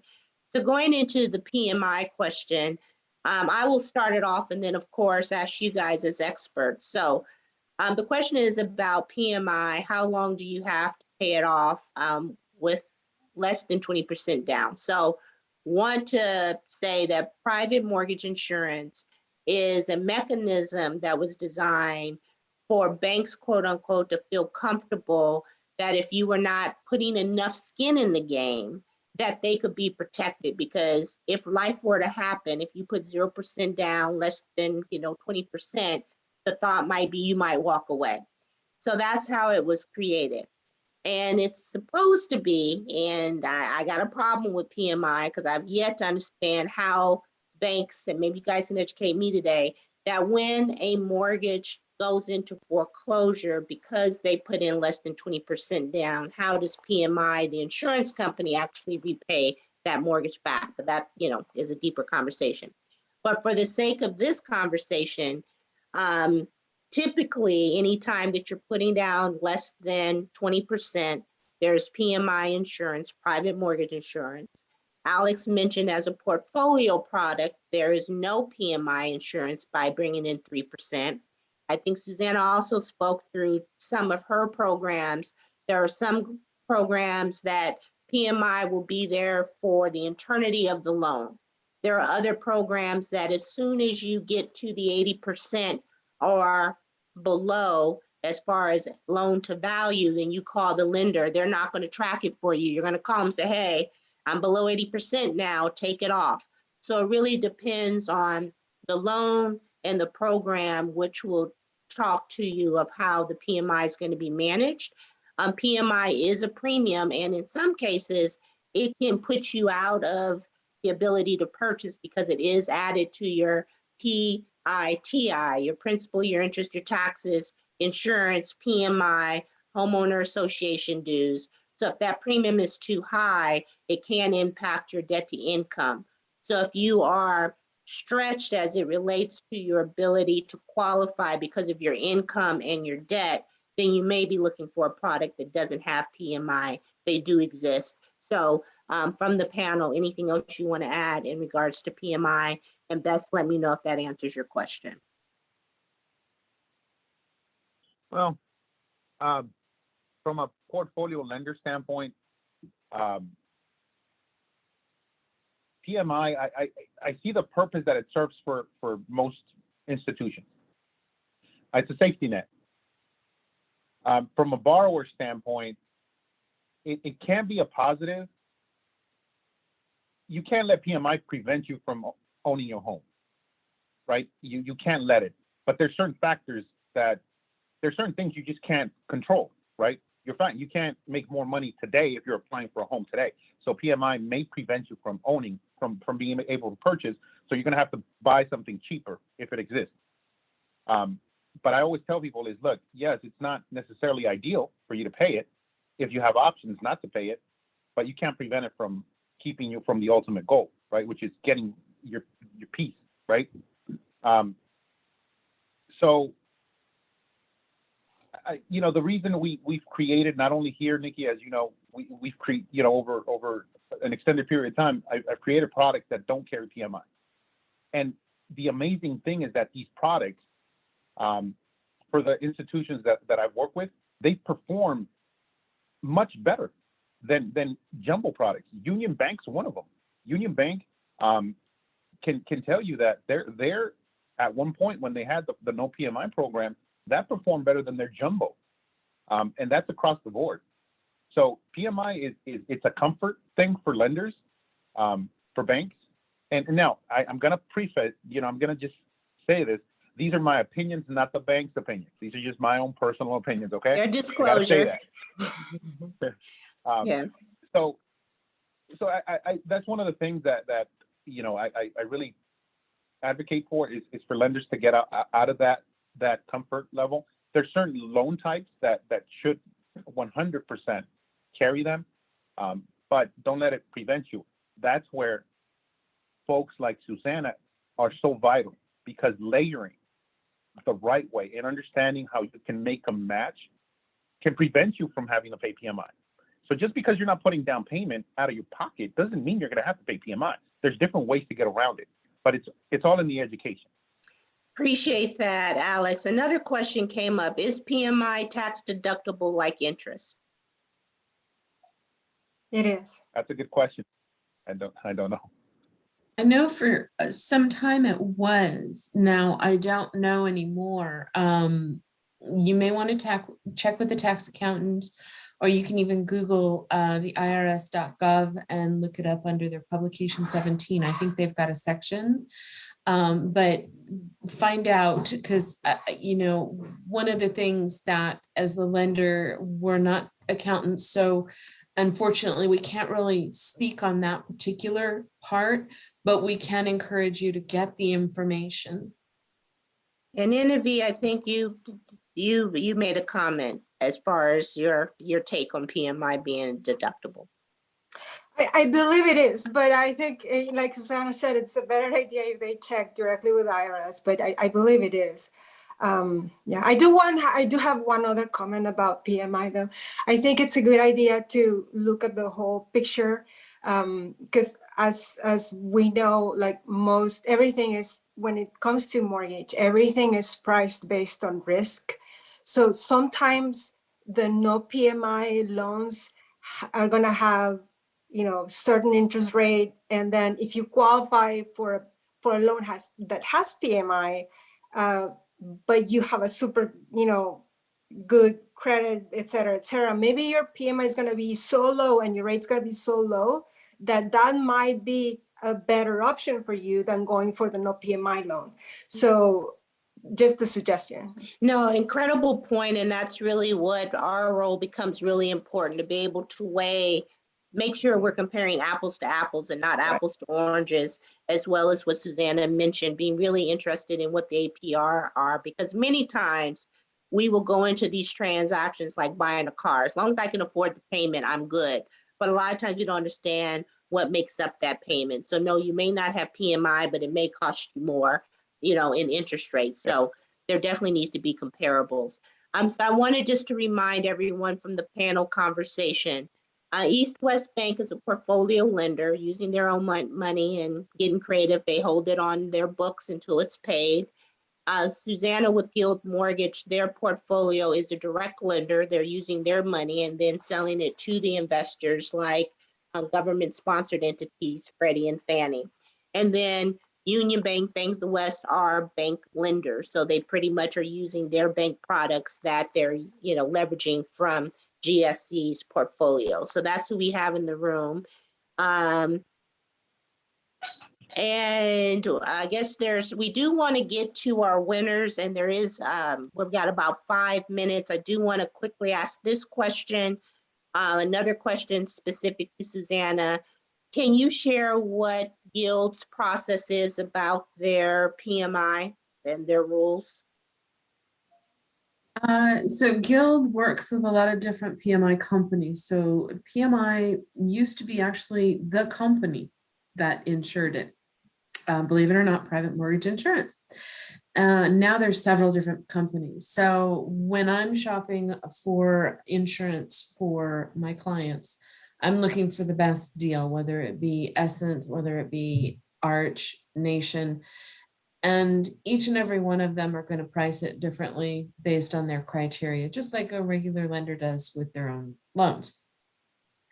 For the most part, when we're looking at PMI and I educate my borrowers on it, you do have a minimum, I think it's about a year on a lot of them that they require that you make the payment on it before you can request that it be taken off. So I do have some tools that I give out to people to show you how to do that.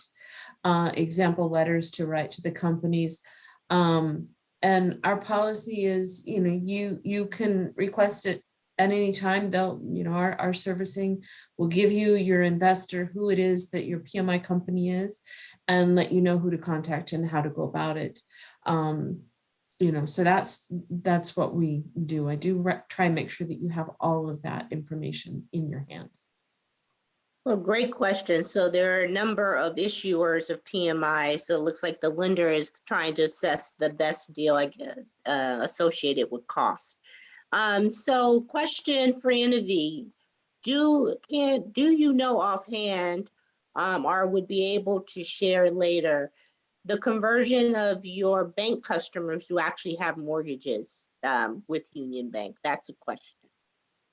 The And conversion? is there any? So are your banking customers, your depositors, Oh, what's the majority of those that have mortgages, or are there any incentives if you're a bank customer to be a mortgage customer? honestly, I don't know what the ratio is. I have no idea. And there are no incentives. I mean, you don't have to be a current bank, Union Bank customer to be able to get any of our loans. There are, some incentives to get discounts on the rate if you are, we have like both ends of the spectrum. Like if you are within that low to medium income, you get, a lower rate, lower fees. And then if you are on the other end of the spectrum where somebody has, a lot of money to bring into the bank and make a big deposit, then they can get another, discount that way. But that's like both ends of the spectrum. Yeah. Well, thank you for that.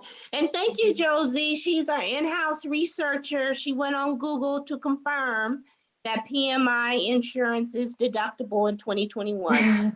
This is one thing I say that we didn't have before. Google is your friend. There is no information that you don't have access to. You don't have to, have a high education, paying all that tuition. You can get on Google and learn a lot. So thank you for doing that for us, Josie. So this has been an informative time, and I have to tell you, I'm very proud of many of you that are in the audience asking questions. I know we work with you closely, and so I'm glad you guys are really being experts in the field and being mindful of how you are making these transactions. So I appreciate that. So what you all have been waiting for.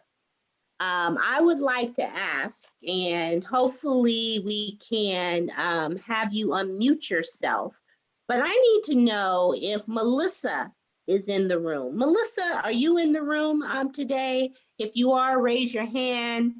This is like I'm aging myself, like the Price is Right. Come on down. So Melissa, if you're in the room, please raise your hand so we know you're here. We heard from Nicole. So I see you are still here, so thank you. Latoya, I saw some comments from you, but raise your hand. Let me know that you're still in the room. Bess, we've been engaging in conversation, so I believe, and I see you here. Thank you, Latoya. Pacola, are you still in the room? I know that you've been engaging as well. Awesome, thank you. Josie, our in-house researcher, just shared, so I know you're in the room. And then Pamela. Pamela, are you in the room? Go ahead and raise your hand. So these fantastic ladies have enjoyed our journey this whole week. And I know we're close on time, but can you guys just quickly share your thoughts about the week and the sessions you have participated in? Would you do it again? And I see Pacola's taken off, that you're unmuted, so please share. What was your experience this week while I shuffle the bag? Oh, let's see. Okay. Hi, everybody. This was a wonderful seminar, very informative. I was sewing. Before it started, I stopped sewing, took a seat, and gave it my undivided attention. Thanks to all of the panel for the information and for being so engaging. And you guys are awesome. Great lenders, great lenders. Thank you. Yes, I echo Pacola's comments. This was a great group of professionals, and I really appreciate the information that was shared, and it really helped me a lot. Thank you, and thank you, Nikki, your organization as well. Thank you. Anyone else want to go ahead? Yeah, this is Bess. Hi, thank you. This has been great. I thought, I shared my experience, I think, with the counselor I'm working with now, but I've been looking for a house for 2 years. I thought I was prepared, but before I went through your program and then listening to all the seminars, I said, you know what? I really wasn't prepared. So this has been great information and I've learned so much. And now I think I am finally prepared. Fantastic. Any other thoughts or comments for those that joined us for the full week before I pick the winner? Hi, Nikki. Yes. This is Josie. Hi, And, Josie. I want to give full disclosure here. I've had a wonderful learning experience and I am a lender. However, I have the bank I'm associated with recently went through a merger. And as a result, we are now able to expand into the East Bay area. And previously we weren't. We were just in the San Francisco Bay Area, across the pond, as they say. But now that we're able to expand, I wanted to learn more about the opportunities and potential partners, community partners. And I'm so impressed with Richmond Neighborhood Housing Services and all my colleagues, fellow lenders. Very impressive. And I hope someday to be able to work with you and, just try to offer solutions to make first-time homeownership available to those we mutually serve. But thank you for the opportunity. If I happen to be selected, I want to say right now, please move on to the next candidate. Thank you for that, Josie. And hopefully it will help someone become a homeowner. Fantastic. Well, definitely get in touch with Patrick, our housing counselor, so we can set up time to learn more about your programs. I will say this, and many of our partners, and it's just careful what you wish for. When you get in with us, we will hold you accountable and we will get people across that credit line. And see how Alex is shaking his head? But he keeps coming back. So we need folks like you guys that are committed to getting our folks to home ownership. This is not easy. And if it was easy, everybody would be doing it. But just because it's not easy doesn't mean we don't do it. And that's our commitment. So thanks for the disclosure. I'm getting ready to pick the winner. This is $1,000 that we're going to be paying towards your credit. So let's see. Woo! Pacola! Woo! See, there's Pacola. Oh, Congratulations. Oh, thank you so much. Oh my God, my dog is even excited. He jumped up on my lap when I screamed. Oh, thank you. I'm that much closer to home ownership. You certainly are. And we're going to see you get across that finish line. So thank you all. We'll be in touch with you, Pacola, figuring out how to, work with you to get this $1,000 paid. But thank you to our sponsors. Thank you to our panel. And most importantly, thanks to our participants, because without you, this work wouldn't matter. So thank you all. And you guys enjoy the rest of your Saturday. Take care. Thank you. Bye-bye. Bye. Bye.